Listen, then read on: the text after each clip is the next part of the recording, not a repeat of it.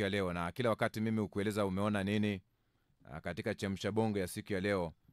Mimi hupenda kuuliza umeona nini katika hatua hiyo. Basi tunakuomba simama na kituo hiki kufikia malengo yake ya uratibu kwenye hatua ya kununua transmitter yenye uwezo wa kurusha matangazo yake mbali na kwa njia nzuri atakao tanua wigo letu na kuwafikia mamilioni ya watu kwa njia ya FM. Unaweza wasilisha mchango kupitia paybill number ni 625625, account number ni 012450 85217800, au till number ni 45614668 kupitia mitandao yote ya kurusha pesa. Mambo yetu, safari yetu, maisha yetu, utamaduni wetu na imani yetu. Sikiliza idhaa hii kwa vipindi bora, matangazo yenye tija, vile vile ukweli na burudani. Wakati huu ni wakati mwafaka msikizaji wa kuweza kupeleka moja kwa moja kuweza kupokea chemsha bonge ya siku ya leo. Unaona pale watu wako kwenye foleni, wengine wanapanda mlima wanakwea, wengine wako katika eneo la giza, wao ndio wanakwea kwenye eneo la giza. Kuna wale ambao hawajaona mwanga, na upande wa walio kwenye mwanga ndio wanakwea. Na katika siku ya leo msikizaji, unapotazama hali kama hiyo, ndio maana ninakulete vizuri kwamba aina ya marafiki watano unaowahitaji maishani. Aina ya marafiki watano unaowahitaji maishani. Hawa aina ya marafiki ni very important, ni muhimu sana. Rafiki wa kwanza ni marafiki wanaokutia moyo. Ukikutana na rafiki ambaye anakutia moyo, wewe usimwache. Rafiki wa pili ni marafiki wanaokupa changamoto. Kuna marafiki ambao watakupa changamoto. Yaani hata katika ndoa kuna mpenzi ambaye atakupatia changamoto ili ukajitume zaidi, ili ukona kwamba ndoto zako zinatimia kwa sababu ya vile tu anavyokuweka kwenye changamoto. Kuna marafiki ambao watakutia moyo. Kuna watu hata kwenye ndoa watakutia moyo, watakueleza kwamba iko hivi na vile. Na kuna mwingine ambaye ameletwa haizi kukutia moyo, atakuweka kwenye changamoto ili uweze kujituma zaidi, kwa kile kusudi ambalo Mungu alikuletea hapa duniani likatimia. Kutokana vile atakuweka kwenye mizani. Anapokuweka kwenye mizani, utajituma zaidi katika hatua ya kuweza kutaka kufanikiwa kwa sababu amekuweka kwenye mizani. Na kuna wengine marafiki ambao wanaokusikiliza, watakusikiliza vizuri sana. Yaani yeye ameletwa kwa kuweza kukusikiliza. Atakusikiliza unavyoeleza changamoto za kwako, atakusikiliza. Kuna marafiki wa aina ambao ni marafiki wa wazi, watakueleza hapa hapana, hapa kantona, hapa ukienda hivi hakutakuwa vizuri. Hivi badilisha hiyo gia. Yaani yeye haezi kwanza kupapasa na kupuliza na kuweza kuficha. Atasema tu hapa hivi kuna kidonda kinahitaji upasuaji. Huyo rafiki ni wawazi. Rafiki wa mwisho ambaye ni marafiki wanaokuunganisha. Marafiki wanaokuunganisha na hatima yako. Yaani hawa ni wale ambao nasikia destiny enablers and destiny helpers. Wale wanafiki wanaokuunganisha. Hawa marafiki ninapenda sana Mungu anisaidie na vile vile akusaidie. Marafiki wa aina hii ni very important. Hata kuunganisha na kitu, atakuelezea ukifanya hivi itakuwa hivi, ukifanya hivi na hivi. Haezi kukupatia pesa, lakini atakupatia nafasi ya kuweza kutafuta hiyo pesa. Na rafiki kama huyu ukikutana naye usiweze kumwacha. Kwa siku ya leo basi kwenye chemsha bonge ya siku ya leo, acha nizungumzie aina ya kwanza ya rafiki. Rafiki unayemhitaji huyu. Marafiki wanaokutia moyo. Ningependa kusema kwamba sio kwamba kila wakati utakuwa mtu mwenye furaha. Sio kwamba kila wakati kuna vitu vyako vitaenda vizuri. Kuna vipindi ambavyo vitu vitaenda kombo, vitaenda kinyume na matarajio. Kwa lugha nyingine tunawaita zulia jekundu, red carpet. Hao marafiki ambao ni red carpet, wale ambao ni marafiki ambao ni zulia nyekundu, ni marafiki ambao wako kwa ajili ya kutujenga. Wako kwa sababu ya kutujenga, wako kwa sababu ya kututia moyo, wapo kwa sababu ya kutuinua tunapokwama na kutuambia inawezekana. Mimi nimekutana na marafiki wengi ambao wananiambia kwamba inawezekana, na nimeweka kwenye mkumbo na ninawajua kwamba it is possible. Naona unaweza toboa hapa.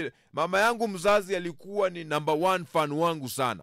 Yaani my number 1 fan tangu nianze kufikiria kuwa mwanahabari. Yeye alikuwa shaanza kuandaa mazingira ya kuonyesha kwamba nilicholetwa ni hiki. Akaniandalia yale mazingira, na kila wakati alikuwa hata wakati ambapo ninafukuzwa kazi aliniita nyumbani na kuelezea kwamba unaweza pia na wewe kuanzisha tingatinga yako ikashaga.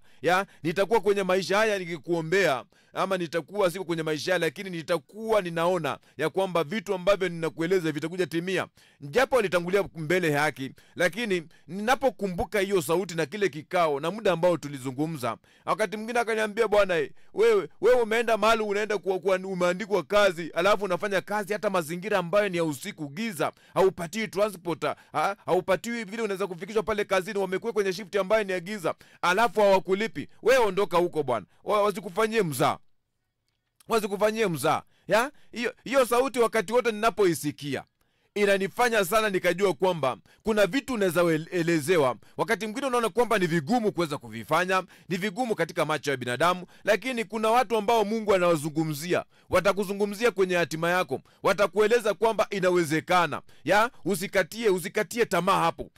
Marafiki wanaokutia moyo ya kwamba usiangalie kwamba inashindikana. It is possible. Niko hapa kusimama asubuhi ya leo kama ushuhuda kwamba nilikaa kikao na mama yangu mzazi, akanielezea kwamba inawezekana. Usiangalie mazingira ya kwamba haiwezekani, na usikubali kufanyiwa mzaa. Mtu amekuandika akulipi, amekuwa kwenye shift ambazo ni za giza saa 9. Shift gani unaweka mtu saa 9 na umpatie transport afike kazini? Yaani sasa anatoka kwa nyumba saa 7 anatembea kwenye mazingira ambayo ni hatarishi. Hapo ndipo aliambia, bwana, wewe pia una uwezo wa kuweza kufanya mambo ya kwako.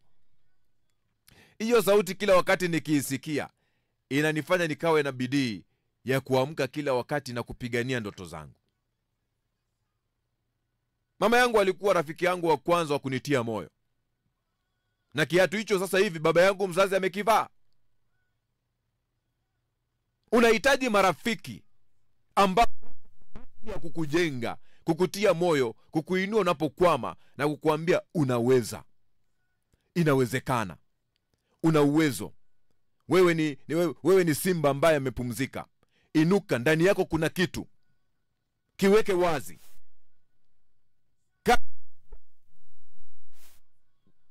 Kubwa ya mtu kama huyo ni kukuimarisha.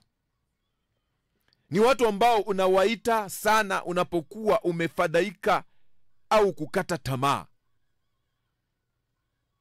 Neno lao ni nguvu na ujasiri wako. Ndio maana nakueleza kwamba niliitwa nyumbani nikaelezwa, bana, wewe usifanye bana kama mtu anavyokufanya. Kuna vipindi ambavyo unahitaji kuweza kujipiga moyo konde. Wewe unatengeneza, unajenga. Wakati ambapo unataka kupumzika, wakati ambapo umemaliza kujenga, hapo ndipo unapigwa kalamu, hapo ndipo unafukuzwa kazini. Na sio mara ya kwanza, sio mara ya pili. Unajenga, unafika kwenye mlima, wakati ambapo unataka kupaka rangi, hapo ndipo unasukumwa. Unaweza kufanya jambo ambalo litabakia ushuhuda kwa kizazi kijacho na kizazi hiki, ya kwamba Mungu alikutendea. Sasa sauti hiyo wakati wote inapoanza kunipigia nyimbo kwenye masikio yangu,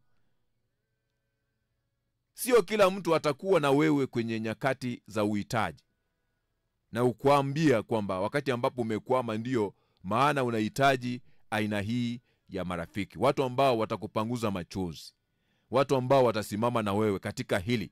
Pia una uwezo, unaweza amuka tena na kufanya mambo makubwa. Usiangalie kule ambako umetoka, angalia unakoelekea. Mungu ana nini, anazungumza nini. Watu hao ukiwa karibu na wao, ni swala la muda kabla hujafikia kwenye hatima yako. Ni swala la muda. Na hiyo ndiyo chemsha bongo ya siku ya leo.